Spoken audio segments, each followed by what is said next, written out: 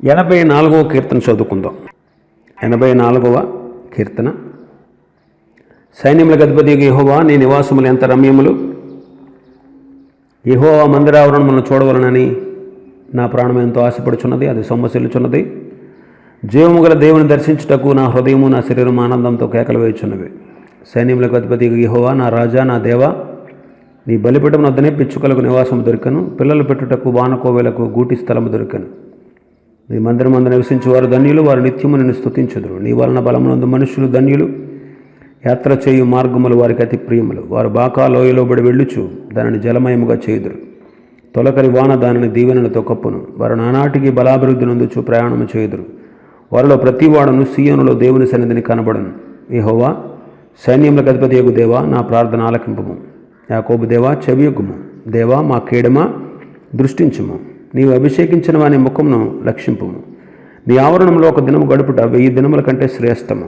భక్తిహీనుల గుడారములో నివసించుట కంటే నా దేవుని మందిర ద్వారమునద్దు నుండుట నాకు ఇష్టము. దేవుడైన యెహోవా సూర్యుడును కేడమునై ఉన్నాడు. యెహోవా కృపయు ఘనతయు అనుగ్రహించును. యథార్థముగా ప్రవర్తించు వారికి ఆయన ఏ మేలును చేయక మానడు. సైన్యములకు అధిపతియగు యెహోవా, నీ యందు నమ్మిక ఉంచువారు ధన్యులు.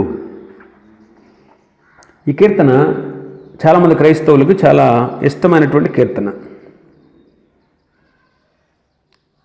మరి ఇంతటి ప్రశస్తమైన పవిత్రమైన కీర్తన ఎవరు రాశారు అని మనం ఆలోచన చేస్తే కోరహు కుమారులు రాశారు. పరిశుద్ధ గ్రంథం అంతటా 11 కీర్తనలు వీళ్ళు రాసినవి ఉన్నాయి. ఇవన్నీ కూడా అద్భుతమైన కీర్తనలు. ఇవి ఆధ్యాత్మికమైనటువంటి కార్యక్రమాలకి, అలాగే ఆత్మీయమైన కూడికలకి ఇవి అనుకూలమైనవి, అవసరమైనవి. ఇంతకు ఎవరి కోరహు కుమారులు అని మనం ఆలోచన చేస్తే, కోరహు కుమారుల గురించి తెలుసుకోవాలంటే ముందు కోరహుని గురించి తెలుసుకోవాలి. సంఖ్యాకాండం 16వ అధ్యాయంలో అతను కనబడతాడు. ఇతనిది లేవి వంశం, అంటే సేవకుల కుటుంబం, యాజకుల కుటుంబం అని అర్థం. లేవికి 3 కొడుకులు.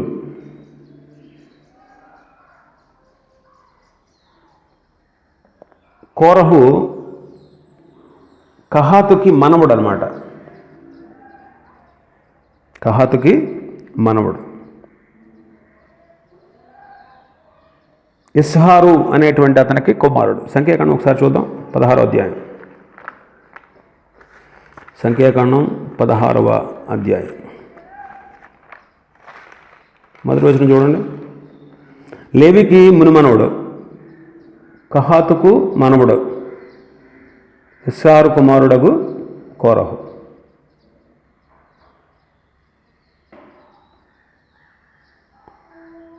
లేవికి 3 కొడుకులు, గెర్షోము, కహాతు, మెరారి. గెర్షోనీయులు అంటారు వాళ్ళని, గెర్షోని కొడుకుల్ని. కహాతు కొడుకుల్ని కహాతీయులు అంటారు. మెరారి కొడుకుల్ని మెరారీయులు అంటారు. వీళ్ళందరూ లేవికి పుట్టిన వాళ్ళు అన్నమాట. వీళ్ళందరూ ప్రత్యక్ష గుడారంలో పరిచర్య చేసేవాళ్ళు. ప్రత్యక్ష గుడారం గురించి తమ్ముడు గారు చెప్తా ఉన్నారు. ఆ ప్రత్యక్ష గుడారంలో వీళ్ళది ప్రముఖమైన పాత్ర అన్నమాట. ప్రముఖమైన పాత్ర. ఈ కోరహు అనేవాడు వీళ్ళకి చెందినవాడు. కోరహుకి ఇంకిద్దరు ఫ్రెండ్స్ ఉన్నారు. వాళ్ళు ఎవరంటే దాతాను, అబిరాము. వీళ్ళ 3 దుష్టులే. 3కు 3 ఏమాత్రం సందేహం లేదు. ఇశ్రాయేలీయులు అరణ్య ప్రయాణాలు ఉన్నప్పుడు వీళ్ళు మోషే అహరోనులకు విరోధంగా పోగయ్యారు. అంతేకాదు, దేవునికి విరోధంగా కూడా పోగయ్యారు. 2వ వచనం చూడండి. ఇశ్రాయేలీయుల్లో పేరు పొందిన సభికులు సమాజ ప్రధానులైన 250 మందితో మోషేకు ఎదురుగా లేచి మోషేకు విరోధంగా లేచారు. మోషే అహరోనులకు విరోధంగా పోగుపడ్డారు. 11వ వచనం చూడండి. ఇందు నిమిత్తము నీవును నీ సమస్త సమాజమును యెహోవాకు విరోధముగా పోగై ఉన్నారు. మోషే అహరోనులకు విరోధంగా పోగయ్యారని ఉంది. 11వ వచనంలో యెహోవాకు విరోధంగా పోగయ్యారు. ఇంకోటి ఏంటంటే వీళ్ళకు ముఠా ఉంది. ఆ ముఠా సభ్యులు ఎంతమంది అంటే 250 మంది. 35వ వచనం చూడండి. మరియు యెహోవా యొద్ద నుండి అగ్ని బయలుదేరి దోపార్తులను తెచ్చిన ఆ 250 మందిని కాల్చివేశాను. 250 మంది. 2వ వచనంలో కూడా ఉందన్నమాట. ఇశ్రాయేలీయుల్లో పేరు పొందిన సభికులను సమాజ ప్రధానులైన 250 మందితో మోషేకు ఎదురుగా లేచి, 250 మంది వీళ్ళ గుంపు, వీళ్ళ ముఠా. ఈ ముఠాకు నాయకుడు ఎవరు? కోరహు. ఇతను లేవీయుడే, కానీ అసూయపరుడు, అధికారం కావాలి అనే కోరిక గలవాడు. ఇతని సంతతి వారిని కోరహీలు అని కూడా పిలిచారు. కోరహు అంటే అర్థం ఏంటంటే బోడి అని అర్థం, బోడితనం. స్వయంగా మోషే గారికి పినతండ్రి కొడుకు వీడు. అసలు మోషే మీద అహరోను మీద తిరగబడ్డానికి కారణం ఏంటి? వాళ్ళలో అసూయ వచ్చేసింది. ఇంకొకటి ఏంటంటే అధికార వాంఛ వాళ్ళ మనసులోకి వచ్చేసింది.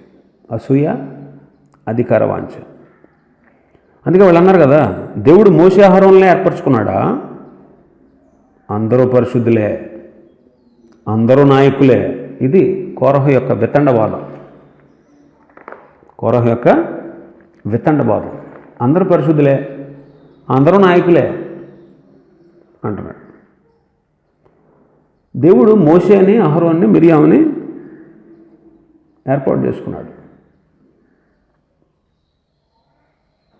వాళ్ళని ఏర్పాటు చేసుకున్నాడు అనే విషయాన్ని కోరహుకు, అతని 250 మందికి తెలియజేశాడు దేవుడు.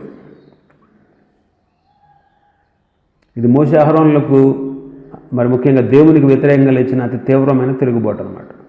ఈ తిరుగుబాటు గురించి బైబిల్లో చాలా చోట్ల రాసింది, ప్రస్తావించబడింది.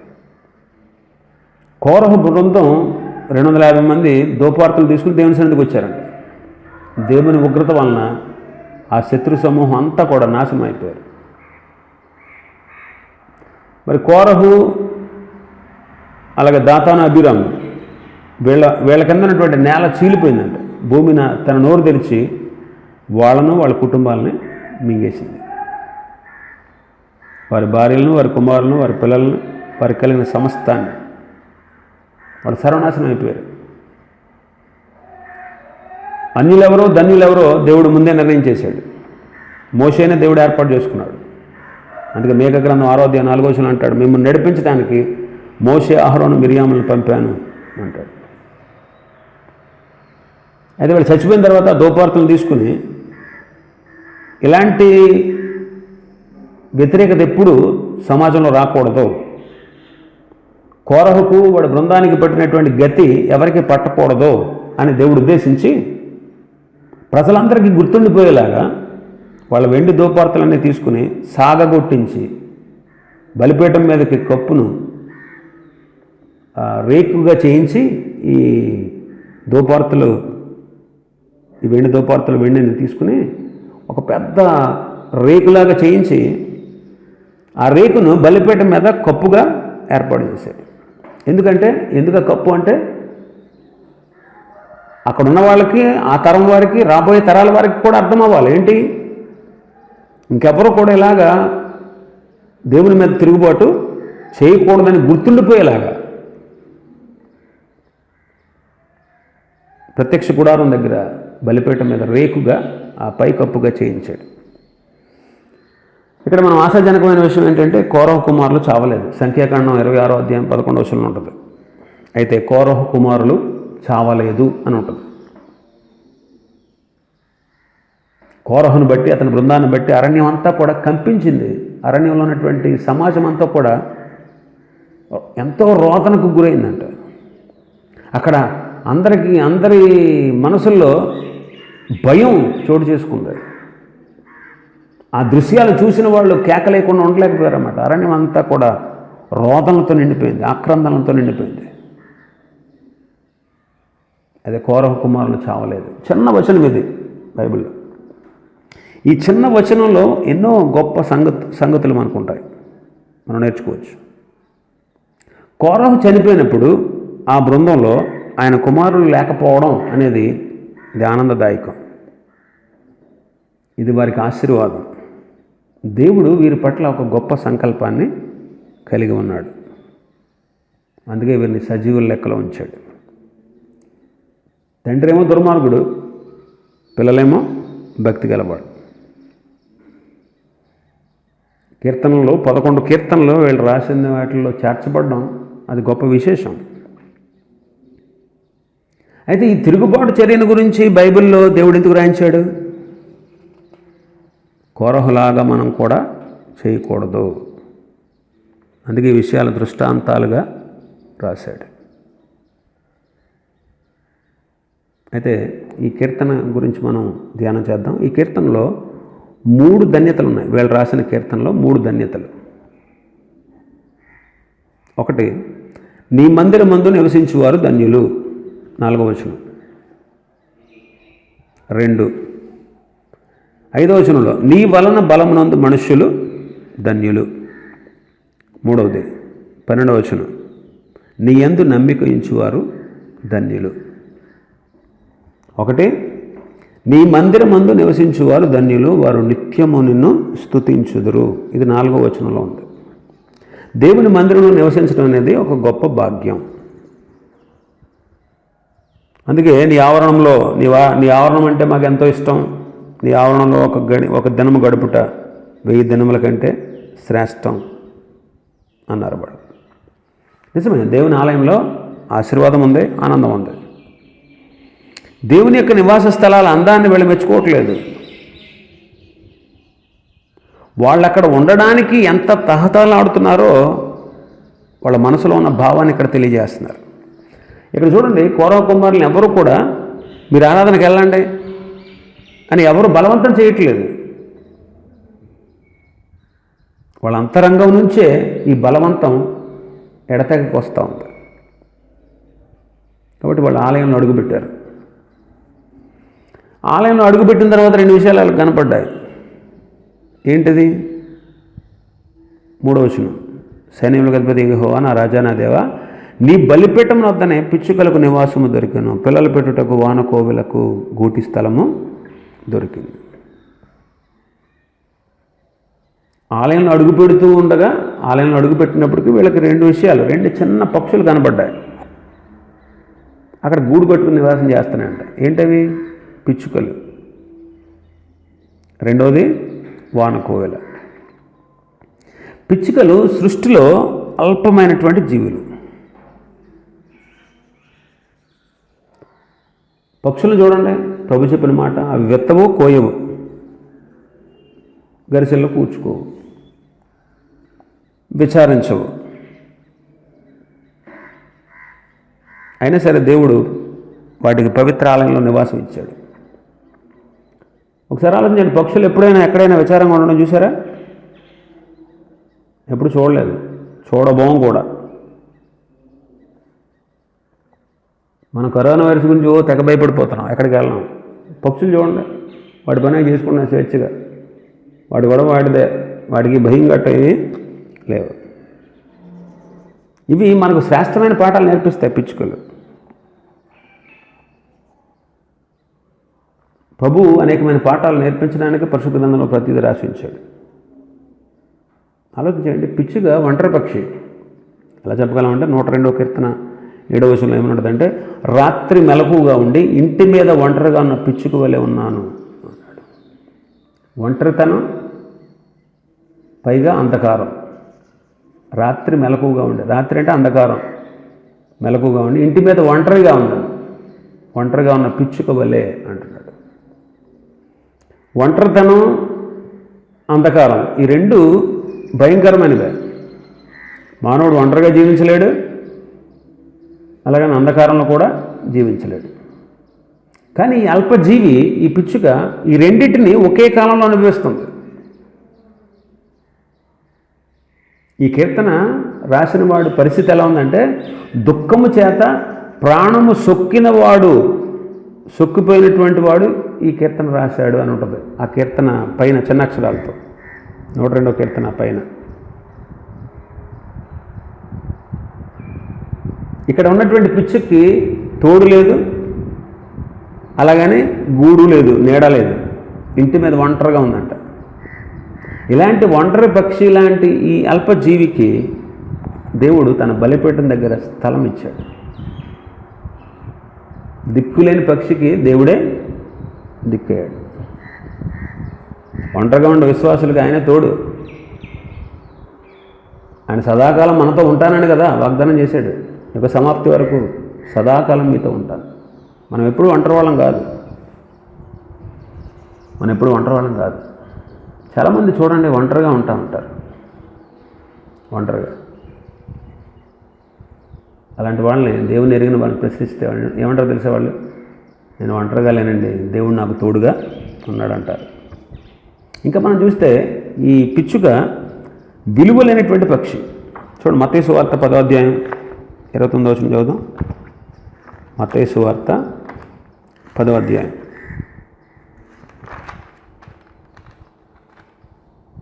29వ వచనం చదువుదాం.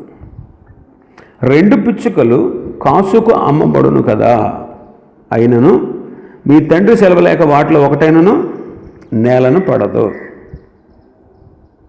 2 పిచ్చుకలు ఒక్క కాసుకి అమ్మబడతాయని యేసుప్రభు వారు బోధించారు. లోకాసు వార్తలో ఇంకొక మాట ఉండదు. 12వ అధ్యాయం, లోకాసు వార్త 12వ అధ్యాయం 6వ వచనం. లోక 12:6. అయినను క్షమించాలి, 5 పిచ్చుకలు 2 కాసులకు అమ్మబడును కదా, అయినను వాటిలో ఒకటైనను దేవుని ఎదుట మరువబడదు. ఇక్కడ ఏమనుంది? మత్తయి సువార్తలోనేమో 2 పిచ్చుకలు కాసుకు అమ్మబడును. ఇక్కడ 5 పిచ్చుకలు 2 కాసులకు అమ్మబడును అని ఉంది. ఇదేంటి? ఒక కాసుకు 2 పిచ్చుకలు అయితే 2 కాసులకు ఎన్ని అవ్వాలి? 4 అవ్వాలి. కానీ ఇక్కడ 5 వస్తున్నాయంటే ఆలోచన చేయండి. అంటే 2 కాసులు పెట్టుకుంటే, ఒక కాసు పెట్టుకుంటే 2, 2 కాసులు పెట్టుకుంటే ఇంకోటి అదనంగా కొసరేస్తాడు అనమాట. ఇది కొసరు. ఇదేం చెప్పండి? కొసరు. అయినా సరే ఇప్పుడు లెక్క సరిపోయింది కదా మీకు. కొసరు వేసాడు ఒకటి. అంటే విలువలేని పక్షి అన్నమాట. అయినా ప్రభు వీటిని మరువలేదు. ఆలోచనలు ఏమన్నాడు? 12:6లో అయినను వాటిలో ఒక్కటైనా దేవుని ఎదుట మరువబడదు. ఇంతటి అల్పమైన స్వల్పమైన ఈ పక్షికి దేవుని బలిపీఠం దగ్గర నివాసం దేవుడు కల్పించాడు. మన దేవుడు ప్రేమ గలవాడండి. మన దేవుడు ప్రేమ గలవాడు. దానికి ప్రత్యక్ష గుడారమే, లేకపోతే దానికి మందిరమే సొంత ఇల్లు అన్నమాట. దానికి మందిరమే పదిలమైనటువంటి ప్రదేశం. ఇంకొక పక్షి కనపడింది, అది వానకోవెల. బలిపీఠం దగ్గర స్థలం దొరికిన 2 అల్పజీవి ఏంటి? వానకోవెల. పిచ్చుకేమో ఒంటరి పక్షి, వానకోవెలేమో పిల్లలు పెట్టిందంట. పిల్లలు పెట్టుటకు అంటాడు.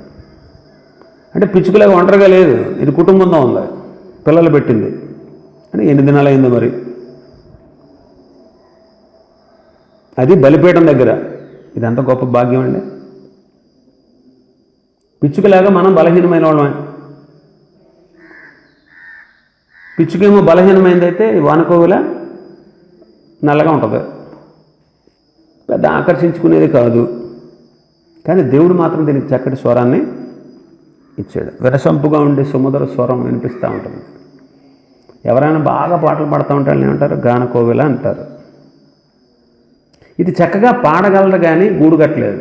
అందుకే కాకిగూట్లో గుడ్లు పెట్టి పిల్లలకు జన్మనిస్తుంది. ఎంతటి బలహీనమైనటువంటి పక్షి దానికి దాని పిల్లలకి బలిపీఠం దగ్గర స్థలం సంపాదించుకుంది.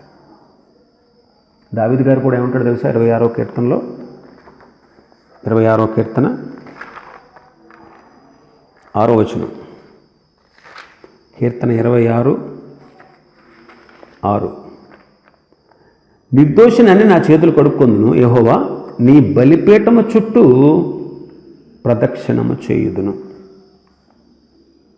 అంటే దావీదుకి బలిపీఠం చుట్టూ తిరిగే అలవాటు ఉంది. బహుశా ఈ కీర్తనకారుడు కూడా మందిరంలోనికి వచ్చి బలిపీఠం దగ్గరికి వచ్చేటప్పటికి ఈ రెండు కనపడ్డాయన్నమాట, పిచ్చుక వానకోవిల. దేవుని మందిరంలో నివాసం ఏర్పరచుకున్నటువంటి ఈ అల్పమైన బలహీనమైన జీవులు ఎంత ధన్యమైనవో చూడండి. అందుకే కౌరవ కుమారులు ఈ మందిరం మందు నివసించేవారు ధన్యులు. అందుకే భక్తిహీనుల గుడారంలో ఉండడం కంటే నా దేవుని మందిర ద్వారం వద్ద నుండుట నాకు ఇష్టమని గానం చేశారు. కాబట్టి నీ మందిరం మందు నివసించేవాడు ధన్యులు. చూడండి, ఒంటరిగా ఉన్న దానికి దేవుడి దిక్కు, ఏ దిక్కు లేని దానికి పిచ్చుకకు, కుటుంబంతో ఉండి ఏ విధమైనటువంటి ఆసరా లేనటువంటి వానకోవులకు కూడా ఆయన మందిరమే దిక్కు. మరి కౌరవ కుమారులకు కూడా ఆ మందిరమే వాళ్ళు నివసించేటువంటి స్థలం. అందుకే అన్నారు, నీ మందిరం మందు నివసించేవారు ధన్యులు. బహుశా నేను అనుకుంటాను, తన తండ్రి దేవుని మీద తిరుగుబాటు చేసి చనిపోతూ ఉన్నప్పుడు వీళ్ళు బహుశా మందిరంలో ఉండుంటారు. చరిత్ర ఏమంటుందంటే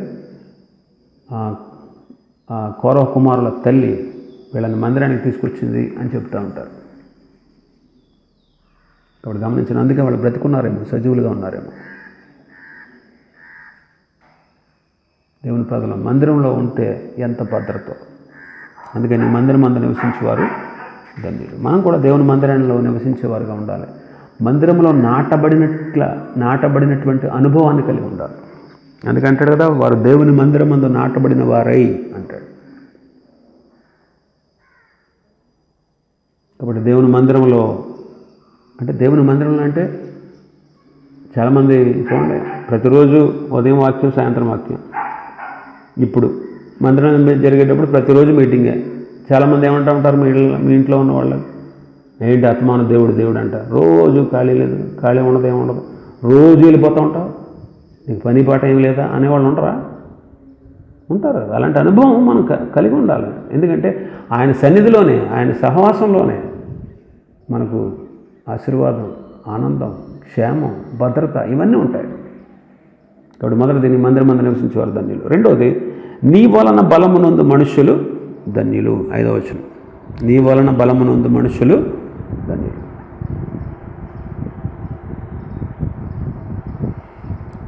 ఇంతకుముందు ధ్యానం చేసుకున్న విషయం ఏంటంటే, నీ మందిరం మందు నివసించేవారు ధన్యులు. ఇది రెండవ ధన్యత. నీ వలన బలమునందు మనుష్యులు ధన్యులు. యెహోవా దగ్గర నుంచి వచ్చేటువంటి బలం ఏంటి? ఆయన నుంచి మనం బలం ఎలా పొందగలం? ఆయన బలం పొందిన వారు ఏం చేస్తారు, ఏం చేయగలరు? ఈ విషయాల గురించి అధ్యాయంలో చక్కగా రాశాడు. పరిశుద్ధ గ్రంథంలో రాయబడింది ఏంటంటే, 18వ కీర్తన 1వ వచనంలో దావీదు అంటాడు, యెహోవా నా బలమా, నేను నిన్ను ప్రేమించుచున్నాను. దావీదు తన కీర్తనలో ఈ మాట తెలియజేశాడు. దావీదు యెహోవాను స్వీకరించాడు. అదే దావీదు యొక్క బలం. సౌలు యెహోవాను తృణీకరించాడు. అది అతని బలహీనత. మనం బలవంతులు కావాలో బలహీనులు కావాలో అది మన చేతిలోనే ఉంది. అందుకే దావీదు అన్నాడు, యెహోవా నా బలమా, నేను నిన్ను ప్రేమించున్నాను. దావీదు రాజ్యాన్ని కానీ, రాణుల్ని కానీ, అధికారాన్ని కానీ, ఆస్తిని కానీ, బంగారాన్ని కానీ, వెండిని కానీ, ఆహార పానీయాలను కానీ ప్రేమించలేదంట. కానీ దేవుని ప్రేమించాడు. దావీదు యెహోవాకు దాసుడు. ఆయన పొందినటువంటి విజయాలన్నీ కూడా దేవుడిచ్చినవే, దేవుడి వల్లే పొందాడు. అందుకే ఆ విజయాలన్నింటినీ దేవుడికి అంకితం ఇచ్చాడు. ఆయన వల్లే, ఆయన మహిమ వల్లే. అంత గొప్ప ఉన్నత ఖ్యాతి, ఘనత దావీదుకి దేవుడే ఇచ్చాడు. దావీదుకి చాలామంది బలమైన శత్రువులు ఉన్నారు. గొలియాతు బలమైన శత్రువే, సౌలు అతను బలమైన శత్రువే, అబ్షాలోము, షిమి, అహీతోఫెలు, ఎంతమంది బలమైనటువంటి శత్రువులు ఉన్నా అంతకంటే బలవంతుడు ఎవరు? దేవుడు. ఆ దేవుడే దావీదు పక్షాన ఉన్నాడు. అందుకే దావీదు అంటాడు, యెహోవా నా బలమా. కాబట్టి దేవుడు మనకు బలం. దేవుడిని విడిచిపెడితే మనం బలహీనమైపోతాం. మనకి మరొక బలం కూడా ఉండాలి, ఇది ప్రార్థనా బలం. దావీదు ప్రతి సందర్భంలో సమయం దొరికినప్పుడల్లా ప్రార్థన చేస్తూ ఉండేవాడు. ప్రార్థనా శక్తి అనేటువంటి బలాన్ని పొందినటువంటి భక్తుడు దావీదు. దావీదు యొక్క ఊపిరి ప్రార్థన. ప్రార్థనను ఆశ్రయించినటువంటి నాయకుడు దావీదు. ఆయన రచించినటువంటి కీర్తనలో ప్రార్థనకు వచ్చిన అంశాలు ఎన్నో ఉన్నాయి. గుహలో ఉన్నప్పుడు కానీ, గుడిలో ఉన్నప్పుడు కానీ, గదిలో ఉన్నప్పుడు కానీ ఎప్పుడు కూడా నిత్యము దేవునితోనే ప్రార్థనా సంబంధాన్ని కలిగి ఉండేవాడు. మూడవది పరిశుద్ధ గ్రంథంలో చెప్పబడే బలాల్లో ఒకటి వాక్య బలం. దావీదేమో యెహోవా నా బలమా అన్నాడు. ఆ తర్వాత ప్రార్థనా బలంతో ఉన్నాడు. మూడవది వాక్య బలం. వాక్య బలం. దేవుని వాక్యం మనకు బలం ప్రసాదించేది. బలము లేని వాళ్ళు కూడా బలం పొందొచ్చు. వాక్య బలం చాలా గొప్పదే. మనం బలహీనమే, కానీ ఆయన తన వాక్యంతో మనల్ని బలపరుస్తూ ఉంటాడు. అందుకే దేవుని వాక్యం రొట్టెతో పోల్చబడింది, పాలుతో పోల్చబడింది, తేనెతో పోల్చబడింది. ఇవన్నీ కూడా పాలు, రొట్టె, తేనె ఇవన్నీ బలమైన ఆహార పదార్థాలు కదా. దేవదూతల ఆహారం అన్నాడు. పరలోకపు మన్నా గురించి దేవదూతల ఆహారం అన్నాడు పరిశుద్ధ గ్రంథంలో ఒక భక్తుడు. అందుకే యోహాను గారు కూడా ఏమని రాశాడంటే తన పత్రికలో, మొదటి పత్రిక 2వ అధ్యాయం 14వ వచనంలో, యవనులారా మీరు బలవంతులు, దేవుని వాక్యం మీ యందు నిలుచుచున్నది, మీరు దుష్టుని జయించి ఉన్నారు. అంటే దేవుని వాక్యం కలిగిన వాళ్ళు బలవంతులు, లేని వాళ్ళు బలహీనులు. చాలామంది క్రైస్తవులకి వాక్య బలం ఉండదు, ప్రార్థన బలం ఉండదు. అందుకే శోధన, కష్టం, నష్టం, శ్రమ, ఇబ్బంది రాగానే విశ్వాస జీవితం నుంచి జారిపోతూ ఉంటారు. కొందరేమో ప్రతి ఆదివారం దేవుని ఆరాధిస్తారు, బలను సమీపిస్తారు, అనేకమైన ప్రార్థనలకు హాజరవుతూ ఉంటారు, బైబిల్ పఠన క్రమంగా చేస్తారు, కానీ బలహీనులుగానే జీవిస్తారు. భక్తిపరులుగా కనిపించినప్పటికీ దేవుని శక్తిని ఆశ్రయించిన వారుగా ఉంటారు.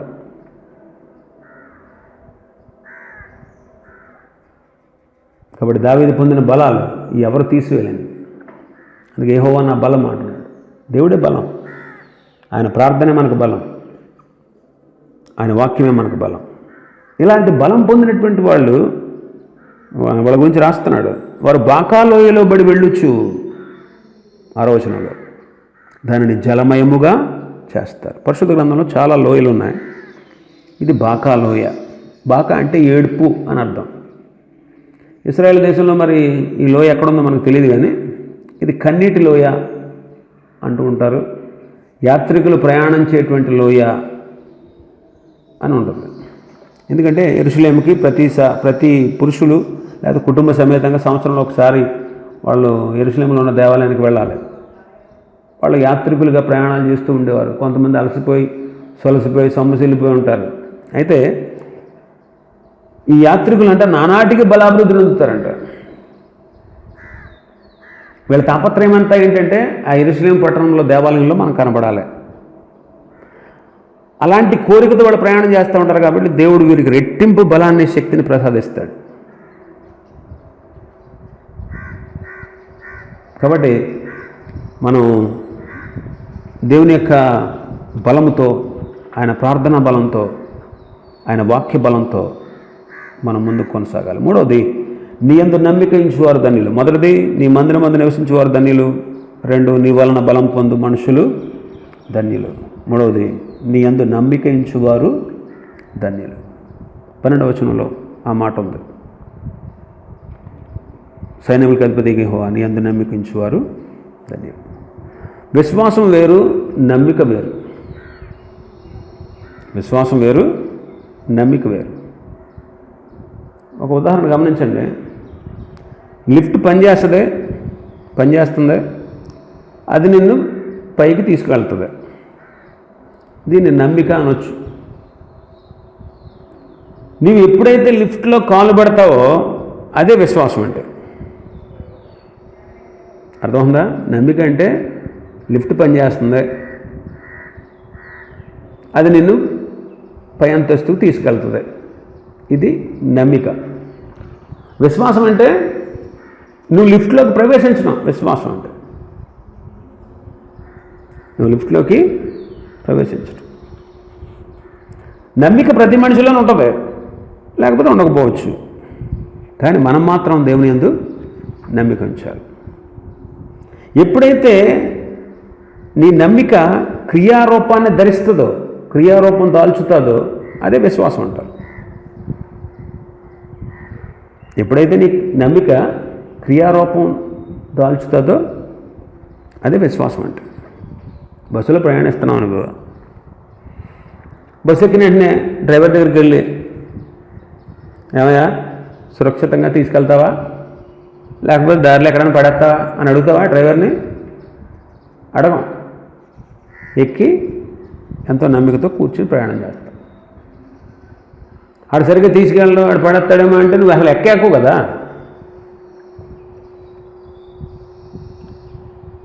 తలనొప్పికి ట్యాబ్లెట్ వేసుకున్నాను, కొద్దిసేపులో తగ్గిపోద్ది అని నమ్మిక ఉంటుంది. విశ్వాసంతో వేసుకుంటాం. నమ్మికతో వేసుకుంటావు, విశ్వాసంతో తగ్గిపోద్దనే విశ్వాసాన్ని కనపరుస్తావు. అలాగ నమ్మిక ఉంచుతావు. కానీ ట్యాబ్లెట్ మీద నేను దేవుడికి ప్రార్థన చేశాను, నా దేవుడు నా తలనొప్పి తగ్గిస్తాడు అని ఎప్పుడు చెప్పం. ఎందుకంటే ట్యాబ్లెట్ మీద ఉన్నంత నమ్మకం దేవుడి మీద ఉండదు. దేవుడి మీద ఉండదు. తాళ్ళు మంత్రాల తాయెత్తుల మీద ఉన్న నమ్మకం దేవుడి మీద ఉండదు. మనుషులను నమ్మినంతగా దేవుడిని నమ్మవు నువ్వు. మనుషుల మీద ఉన్న నమ్మిక దేవుని మీద ఏ కోసాన ఉండదు. అందుకే భక్తుడు అన్నాడు, నీ యందు నమ్మిక ఉంచువారు ధన్యులు. నమ్మిక ఉంచితే ఏమవుద్ది? కీర్తన 25:2, 25వ అధ్యాయం 2వ వచనం ప్రకారం సిగ్గుపడరు. దేవుడు సిగ్గుపడినవాడు ఆయన నమ్మిన వాళ్ళు. కీర్తన 37:3-4 వచనాల ప్రకారం వారి హృదయ వాంఛలన్నీ తీర్చబడతాయి. 56వ కీర్తన 4వ వచనం ప్రకారం దేవుని యందు నమ్మిక ఉంచే వాళ్ళు ఎప్పుడూ భయపడరు. కీర్తన 32:10 ప్రకారం దేవుని యందు ఎవరైతే నమ్మిక ఉంచుతారో వాళ్ళని దేవుని కృప ఆవరిస్తుంది. 125వ కీర్తన 1వ వచనం ప్రకారం కదలక నిత్యము నిలిచి సియోను కొండలాగా స్థిరంగా ఉంటారు దేవుని యందు నమ్మిక ఉంచేవారు. సామెతలు 29వ అధ్యాయం 25వ వచనం ప్రకారం సురక్షితంగా ఉంటారు దేవుని నమ్మిన వాళ్ళు, దేవుని యందు నమ్మిక ఉంచిన వాళ్ళు. దినవృత్తాంతాల 2వ గ్రంథం 20వ అధ్యాయం 20వ వచనం ప్రకారం ఆయన యందు నమ్మిక ఉంచేవారు స్థిరపరచబడతారు. నమ్మిక ఉంచేవారికి కలిగే ఆశీర్వాదాలు ఇవి. సిగ్గుపడనివ్వడు, హృదయ వాంఛలు తీరుస్తాడు, భయం లేకుండా చేస్తాడు, ఆయన కృపను ఆవరింప చేస్తాడు, స్థిరంగా మనల్ని ఉంచుతాడు, సురక్షితంగా ఉంచుతాడు, స్థిరపరుస్తాడు. కాబట్టి దేవుని యందు నమ్మిక ఉంచాలి. నీ యందు నమ్మిక ఉంచువారు ధన్యులు అని కోరవ కుమారులు గానం చేశారు. ధన్యులు అంటే దీవించబడిన వారు లేదా ఆశీర్వదించబడిన వారు అని అర్థం. బైబిల్ గ్రంథంలో అనేకసార్లు ధన్యులు అనే మాట మనం చూస్తాం. కాబట్టి నీవు ఆయన యందు నమ్మిక ఉంచాలి. 3 విషయాలు ఈ అధ్యాయంలో మనం నేర్చుకున్నాం. ఒకటి నీ మందిరమందు నివసించువారు ధన్యులు. కాబట్టి నిత్యము దేవుని వాక్యంతో, దేవుని బిడ్డల సహవాసంతో మనం ఉంటే మంచిది. 2 దేవుణ్ణే బలముగా చేసుకుంటే నువ్వు ధన్యుడు. దైవ బలం, ప్రార్థనా బలం, వాక్య బలం ఈ మూడు నిన్ను బలపరుస్తాయి, నీకు తోడుగా ఉంటాయి, దుఃఖాన్ని కూడా సంతోషంగా మారుస్తాయి. మూడవది దేవుని యందు నమ్మిక. ఆయన యందు నమ్మిక ఉంచితే సిగ్గుపడవు, నీ హృదయవాంఛ తీర్చబడుతుంది, నువ్వు ఏ పరిస్థితికి భయపడవు, ఆయన కృప నిన్ను ఆవరిస్తుంది, నువ్వు కదిలించబడవు, సురక్షితంగా ఉంటావు, స్థిరపరచబడతావు. ఆ రీతిగా ఈ వాక్యంలో ఈ భాగంలో 84వ కీర్తనలో చెప్పబడినట్లు ఈ మూడు ధన్యతలను మనం సొంతం చేసుకుందాం. దేవుడిచ్చే ఆశీర్వాదాలు పొందుకుందాం. ప్రార్థన చేసుకుందాం. కృపాసత్య సంపూర్ణుడైన మా ప్రియ తండ్రి, నీకు స్తోత్రాలు. ఈ ఆదివారం మీ సన్నిధిలో చేరి మా గృహాల్లో ఉంటూ ఈ రీతిగా మీ నామాన్ని స్తుతించుటకు, గణపరచుటకు ఇచ్చిన సమయాన్ని బట్టి స్తోత్రాలు తండ్రి. మేమందరం కలిసి మీ పరిశుద్ధ సన్నిధిలో చేరి మీ నామాన్ని స్తుతిస్తూ ఉన్నాం. ఇంతవరకు స్తుతించి ఆరాధించాం ప్రభా. మీరు పొందినటువంటి శిలువ శ్రమల వల్ల, మీరు చిందించినటువంటి విలువైన రక్తం వల్ల మాకు కలిగిన మేళ్ళంటే మాకు తెలియపరిచారు. వాటిని బట్టి నేను స్తుతించి ఆరాధించుటకు మాకు సహాయం చేశారు. ఇవి తండ్రి 84వ కీర్తనలో నుండి కొన్ని విషయాలు మీరు మాకు తెలియపరిచారు. 3 విషయాలు. మీ మందిరం మందు నివసించేవారు ధన్యులు. అవును ప్రభా, నీ మందిరం దగ్గర, నీ బలిపీఠం దగ్గర పిచ్చుకలకు, వానకోవులకు గూటి స్థలం దొరికింది. దావీదు అంటున్నాడు, నీ మందిరంలో, నీ బలిపీఠం చుట్టూ నేను ప్రదక్షిణం చేస్తాను. అవును ప్రభా, తండ్రి నిత్యము మేము నీ వాక్యంతో, నీ సహవాసంతో, నీ బోధలతో మేము కాలం గడుపుతూ మా ఆధ్యాత్మిక జీవితాన్ని బలపరచుకోవడానికి, మీరు ఇచ్చేటువంటి ఆశీర్వాదాలు పొందుకోవడానికి సహాయం చేయండి. అంతేకాదు నాయన, నీ వలన బలమునందు మనుషులు ధన్యులు అని చెప్పారు. అవును ప్రభా, నీ బలం, నిన్ను కలిగి ఉన్నటువంటి బలం, ప్రార్థనా బలం, వాక్య బలంతో మేము అభివృద్ధిలోనికి రావడానికి, పరిస్థితులను అధిగమించడానికి, నీ భక్తులు స్థిరపడడానికి సహాయం చేయండి. మూడవదిగా మీ యందు నమ్మిక గురించి మాకు తెలియపరిచారు. అవును ప్రభా, మిమ్మల్ని నమ్మి ఎప్పుడూ మేము సిగ్గుపరచబడము. నీ యందు నమ్మిక ఉంచితే మా హృదయవాంఛలు తీర్చబడతాయి, మాలో ఉన్న భయం తొలగిపోతే, కృప మమ్మల్ని ఆవరిస్తుంది, మేము కదలకుండా స్థిరంగా ఉండగలం, సురక్షితంగా ఉంటాం, మేము స్థిరపరచబడతాం. అవును ప్రభువా, నీ యందు, నీ బలము యందు, నీ మందిరమందు మేము నివసించి ధన్యులం అవటానికి సహాయం చేయండి. మీ కృపకు మమ్మల్ని పాత్రలుగా చేయమని, వాక్యాన్ని విన్నటువంటి నిబిడలు మేలు పొంది ఆశీర్వదించబడేటట్లు, మీ నామాన్ని బట్టి వారు తండ్రి నిత్యము ఈ ధన్యతలను వారు సొంతం చేసుకునేటట్లు సహాయం చేయమని, మీకే మహిమ, ఘనత, ప్రభావం ఆరోపిస్తూ హృదయపూర్వక కృతజ్ఞతలు చెల్లిస్తూ యేసుక్రీస్తు ప్రభువారి శ్రేష్టమైన నామంలో ప్రార్థించి బ్రతిమలాడి వేడుకుంటున్నాం పరమ తండ్రి. ఆమేన్.